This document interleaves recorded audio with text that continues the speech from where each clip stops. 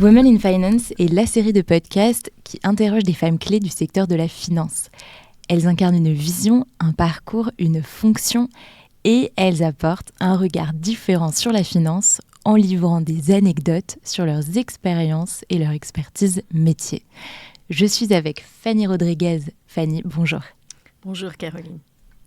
Alors Fanny, tu as une riche expérience dans l'industrie financière qui a débuté en 2002 au sein de l'Association française des marchés financiers où tu exerçais alors comme chargée des affaires européennes et internationales. Et c'est en travaillant au sein de la Société Générale que tu découvres le secteur des paiements et notamment l'intrication entre les paiements et les nouvelles technologies. À ce moment-là, tu intervenais directement auprès des fintechs sur un sujet DSP2 qui consistait à construire des API pour leur permettre de se connecter aux comptes de Société Générale. Cette expérience t'a donné envie de rester dans les paiements et de passer de l'autre côté de la barrière puisque tu as rejoint Banking, maintenant Bridge, avant de rejoindre Fintecture, une fintech indépendante qui développe une offre B2B sur un marché en forte croissance. Et ma première question, c'est au regard de cette riche expérience que tu as dans l'industrie financière, quelle est la leçon la plus marquante que tu as apprise au cours de ta carrière ? Merci Caroline. Une des leçons que j'ai appris, que je retiens, c'est qu'il est important de rester soi-même, quel que soit le poste et quelle que soit l'entreprise dans laquelle on travaille.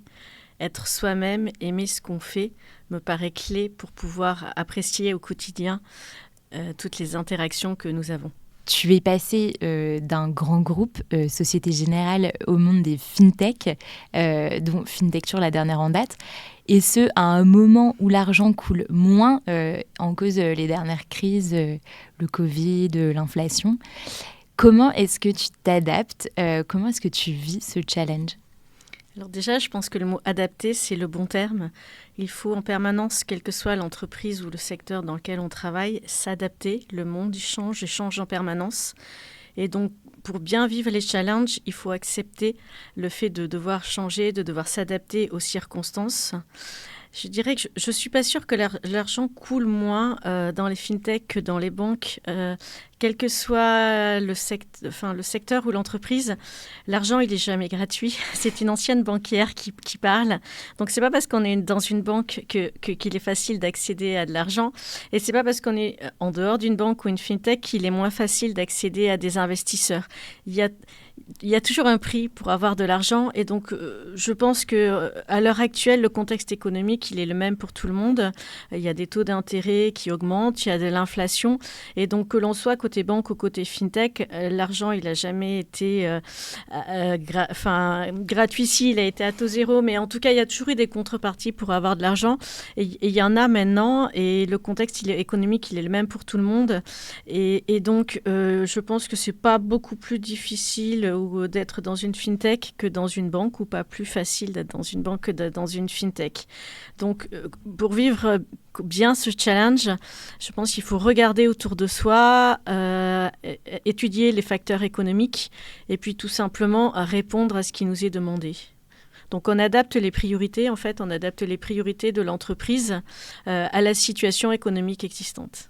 Concrètement, il y a eu une époque où les taux d'intérêt étaient négatifs, où l'argent coulait à flot et où on nous disait ce qui est important, c'est d'investir sans forcément regarder la rentabilité immédiate. Ce qui, moi, en tant qu'ex-banquière, très honnêtement, me paraissait assez étonnant. Mais après tout, voilà, c'était les instructions qu'on avait des actionnaires des fintechs. Et puis maintenant, c'est l'inverse. On nous dit que l'argent, il a un coût et qu'avant d'investir, il faut regarder la rentabilité des produits.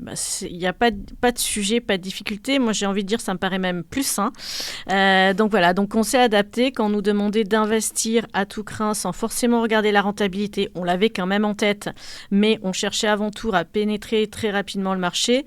Maintenant qu'on nous demande de surtout regarder la rentabilité ou les revenus qui peuvent être engendrés par des produits, on va plus prendre le temps de l'analyse coût-bénéfice avant de développer un produit. Voilà. Fintecture, c'est une fintech agréée comme établissement de paiement. Quel problème résout l'entreprise ? Alors en fait, FinTecture propose des solutions aux commerçants et essentiellement des gros commerçants. Quand je dis gros commerçants, ce sont essentiellement des entreprises du CAC 40, Auchan, Decathlon. Donc on propose une solution de paiement par virement déclinée dans différents produits qui va être complémentaire aux solutions existantes. Le commerçant, le besoin dont il nous fait part, c'est j'ai déjà des moyens de paiement, mais plus je peux proposer des moyens de paiement différents à mon client, et meilleures sont mes chances d'être payé à la fin, parce que voilà, le client, en fonction du moment dans le mois ou voilà, des outils à sa disposition à côté de lui, peut préférer tel ou tel moyen de paiement. Donc le commerçant, il veut la plus longue liste de moyens de paiement possible, et donc nous, on lui propose des solutions, donc des solutions de paiement par virement. Donc ça peut être avec ou sans saisie d'IBAN, selon les besoins du commerçant, et on propose également ce qu'on appelle le BNPL, c'est-à-dire une garantie de paiement avec une assurance associée s'il souhaite. Et on peut également vérifier l'identité de son client. Donc on a une variété de produits, que ce soit en matière de paiement, en matière d'assurance ou de vérification d'identité selon les besoins, et on s'adapte à chaque client. En ce moment, l'Europe avance sur des textes qui vont bouleverser nos habitudes de paiement. Comment est-ce que nos habitudes de paiement vont-elles évoluer ? C'est une excellente question. On a l'habitude de dire dans les secteurs de paiement que les habitudes de paiement sont très lentes à évoluer. Ceci étant, là aussi, le monde, on ne sait jamais ce qui va se passer. On a eu le Covid et on a pu voir que en temps de Covid, les habitudes de paiement pouvaient s'adapter très rapidement. Avec le Covid, on a souhaité des moyens de paiement où il n'y avait pas de contact. Donc, on a eu la carte sans contact, notamment le paiement sans contact par carte qui s'est fortement développé, mais aussi la solution de paiement FinTecture qui ne nécessite pas de contact, puisqu'on peut proposer donc des solutions de virement en ligne, à distance. Et pendant la période de Covid, quand tout le monde est confiné, c'est quand même très utile, où les commerçants ont pu rajouter sur leur banque en ligne, à côté des solutions existantes, la solution FinTecture, donc qui permettait aux clients d'avoir une solution alternative à distance. Donc, ces textes, donc il y a les contextes qui peuvent faire bouger les habitudes de paiement. Et encore une fois, on a vu que parfois, ça pouvait aller très vite. Et on a aussi la volonté de la Commission de favoriser la concurrence, de favoriser l'innovation.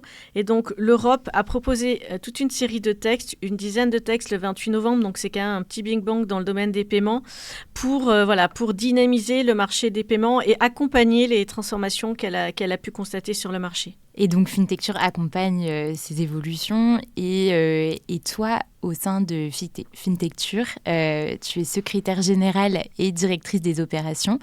Comment est-ce que tu aides la FinTech à scale up ? Alors, on essaie pour grandir de se structurer un minimum, mais tout en gardant notre ADN qui est l'ADN d'une start-up, c'est que on est agile, on peut s'adapter rapidement, on construit des parcours sur mesure pour nos clients. Donc, on essaie d'un côté de se structurer, d'avoir une vision globale des services, des départements, mais cette structuration, elle reste la plus souple possible pour, à chaque instant, et en tout cas de manière régulière, pouvoir bouger et continuer d'accompagner les clients et les besoins du marché, les besoins des clients. Donc, concrètement, par exemple, tous les 3 mois, on va pouvoir faire un point, se poser, regarder notre organisation, est-ce qu'elle est ou pas encore adaptée. Il est nécessaire d'en avoir une maintenant parce qu'on grandit, parce qu'on est sur 5 pays, donc on peut pas rester en mode start-up comme au début où chaque poste est polyvalent. Pour autant, on veille à garder notre agilité, notre souplesse parce que c'est ce que recherche notre clientèle. Et c'est quoi une journée type pour toi, Fanny ? Est-ce que tu en as une ? Il n'y en a pas, très clairement.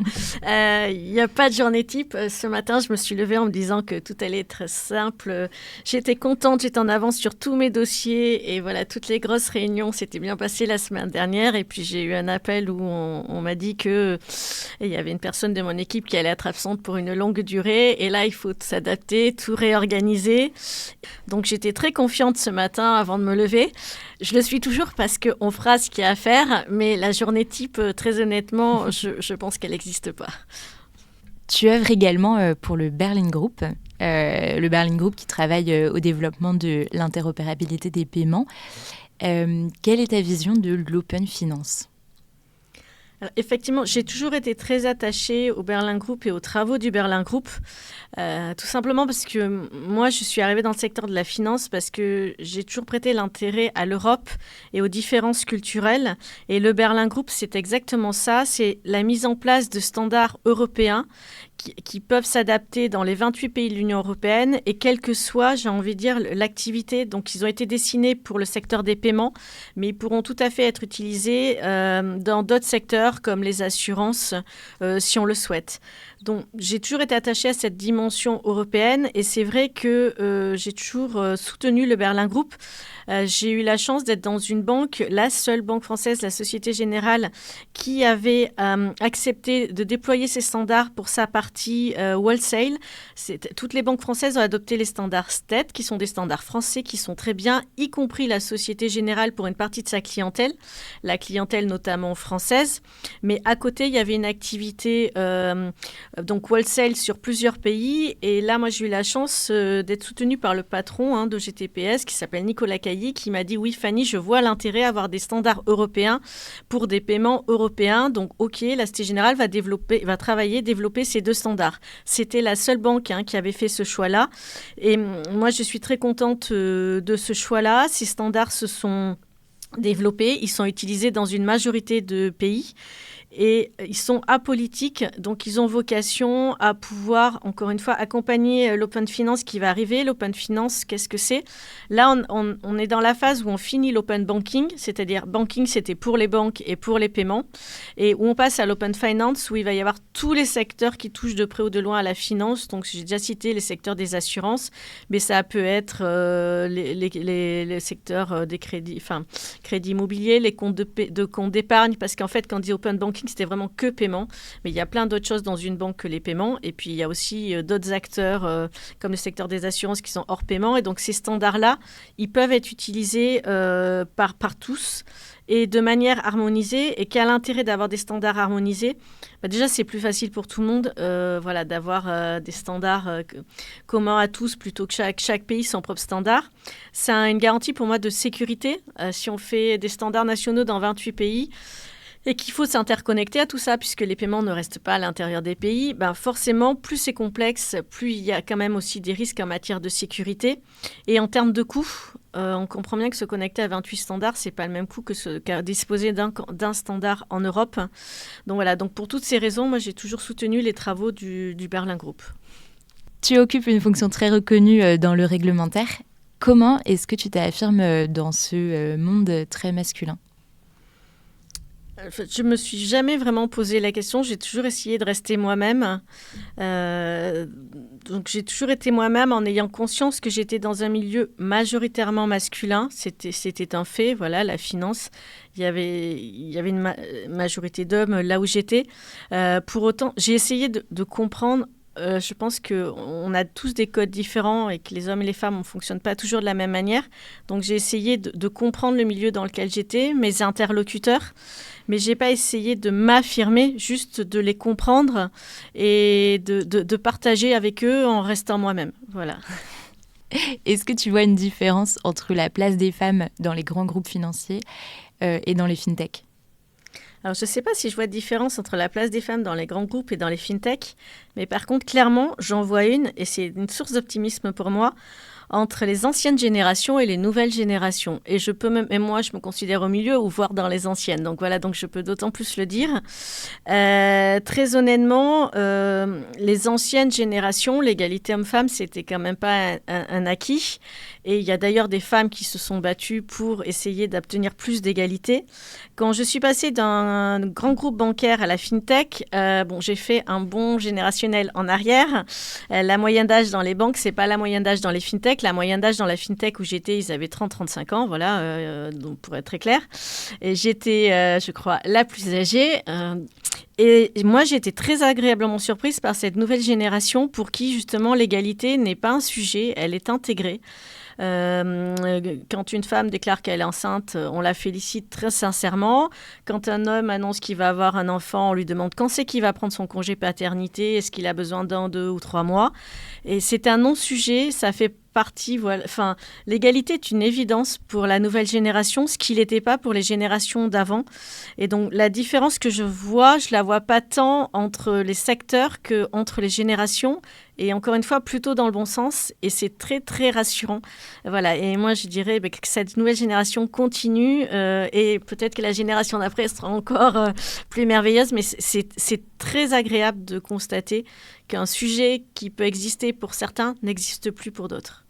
Pourquoi, à ton avis, est-ce qu'il y a aussi peu de femmes à des postes clés dans la finance ?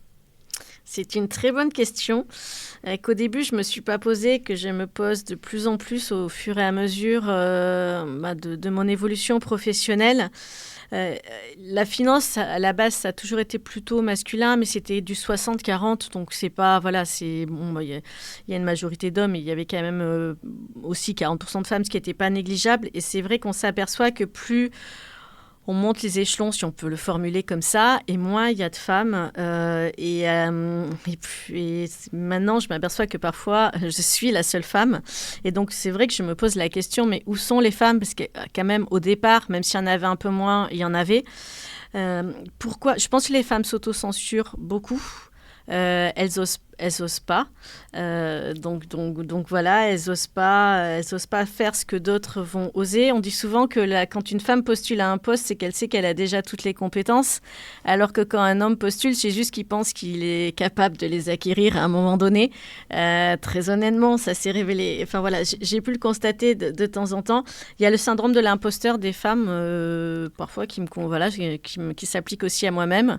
Je me dis, est-ce que je suis vraiment là où je suis ? Enfin, est-ce que je mérite vraiment d'être là où je suis ?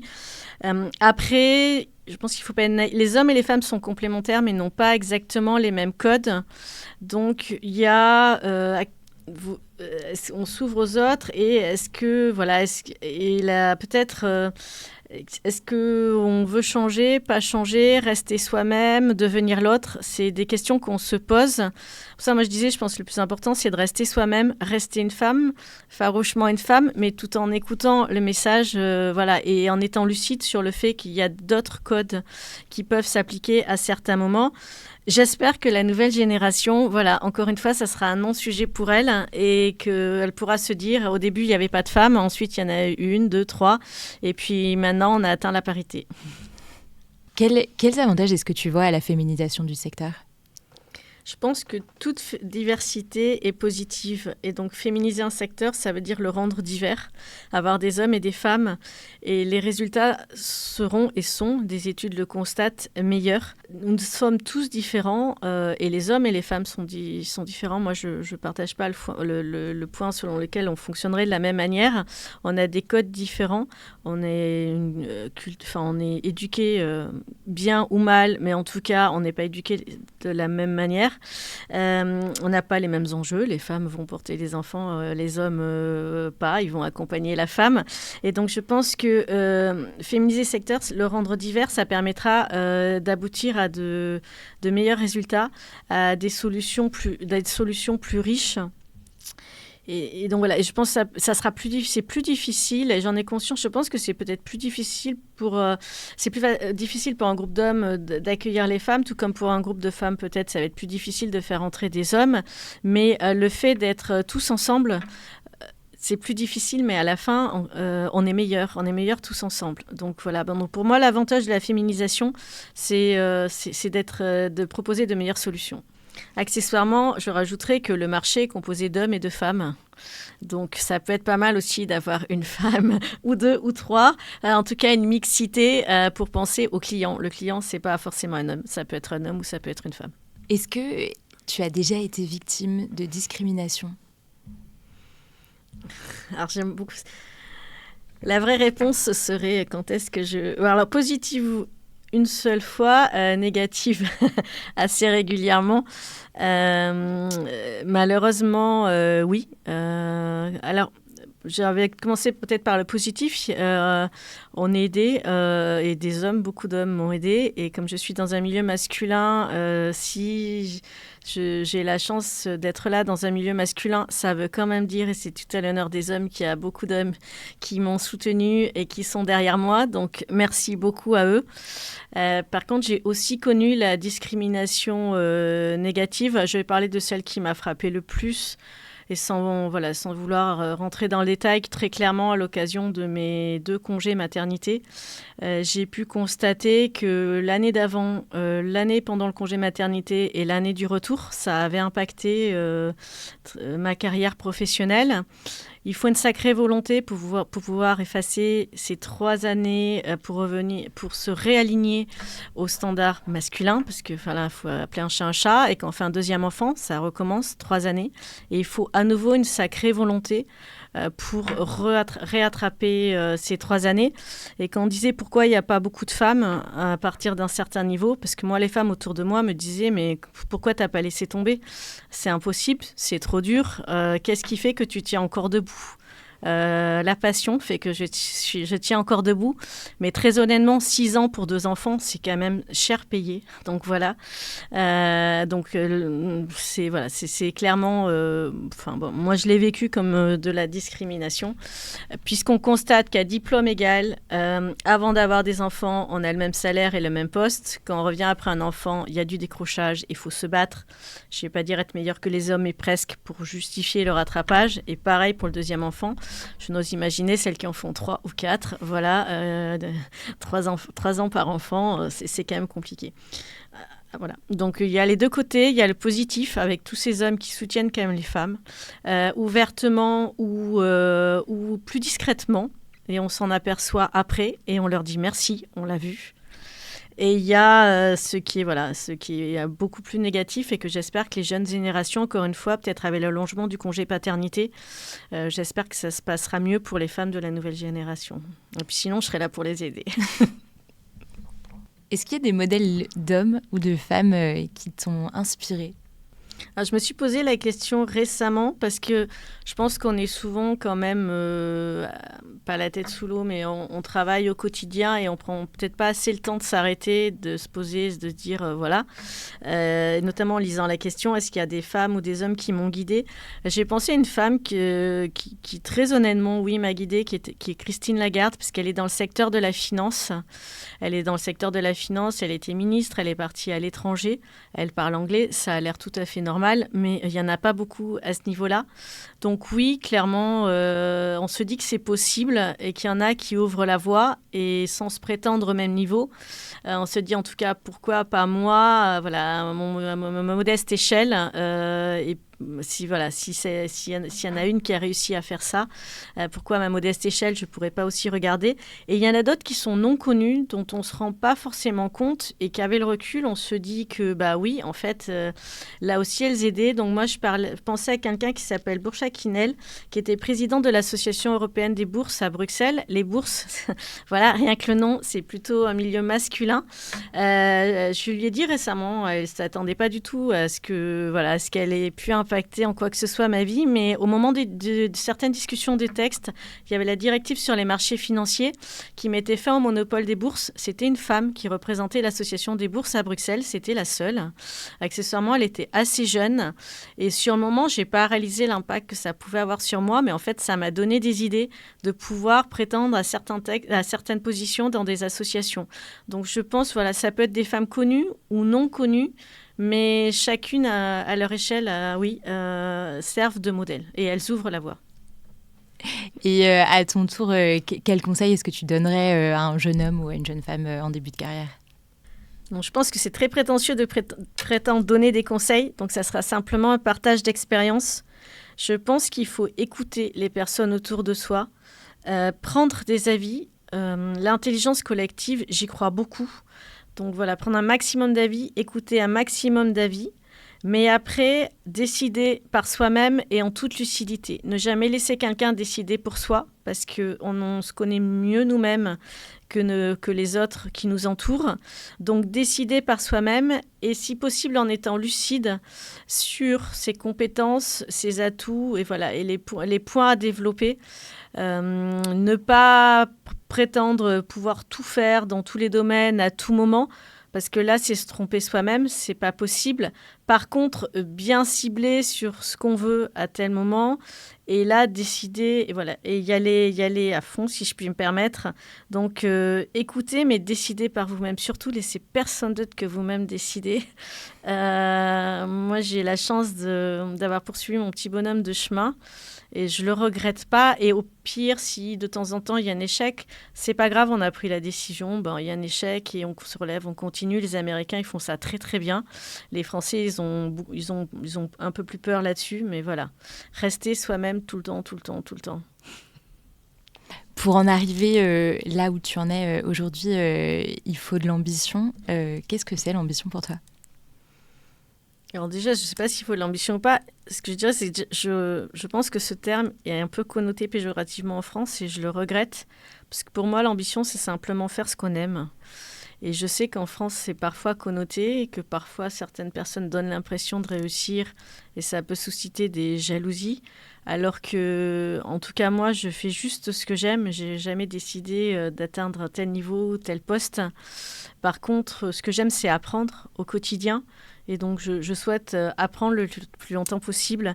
Donc, pour moi, l'ambition, c'est juste une personne toute bête, comme n'importe qui, mais qui a envie de faire quelque chose et qui ne sait pas comment s'arrêter et qui n'a pas envie de s'arrêter de faire ce qu'elle aime parce que ça la rend heureuse tout simplement. Voilà. Et elle espère aussi que c'est utile pour les personnes autour d'elle parce qu'elle espère qu'en étant satisfaite par ce qu'elle fait, elle peut aider les personnes autour, elle peut contribuer à construire quelque chose. Donc moi, je suis dans une entreprise dont j'espère que l'intérêt que je porte pour les textes européens, je comprends très bien qu'on n'aime pas ça, parfaitement bien. L'intérêt qu'on porte pour essayer de construire des consensus, là aussi, je comprends très bien ceux qui préfèrent la méthode française, noir-blanc, on se tape tous dessus. Mais moi, j'espère que justement, le fait d'aimer certaines choses qui ne sont pas aimées par d'autres, j'aime aussi délivrer très clairement qu'à la fin, ça soit fait en temps et en heure. Et je comprends aussi très bien qu'il y ait des personnes qui n'aiment pas ça, justement qu'elles me confient la partie ou qu'elles me laissent les accompagner sur ce qu'elles aiment le moins, qu'elles puissent se concentrer sur ce qu'elles aiment elles. Et si c'est noir ou blanc, qu'elles fassent des sujets, la tech des fois c'est du 0 et du 1, je comprends très bien et c'est parfait, que chacun puisse se concentrer sur ce qu'il aime. Et pour moi, l'ambition, c'est que chacun d'entre nous, on puisse se focaliser sur ce qu'on aime, qu'on soit tous complémentaires. Et je pense que c'est comme ça qu'à la fin, on a un produit et des solutions solides, parce que tout le monde y a contribué avec le meilleur de soi-même. Merci Fanny pour cet entretien très riche. Et je te souhaite une excellente journée. Merci beaucoup Caroline. À bientôt.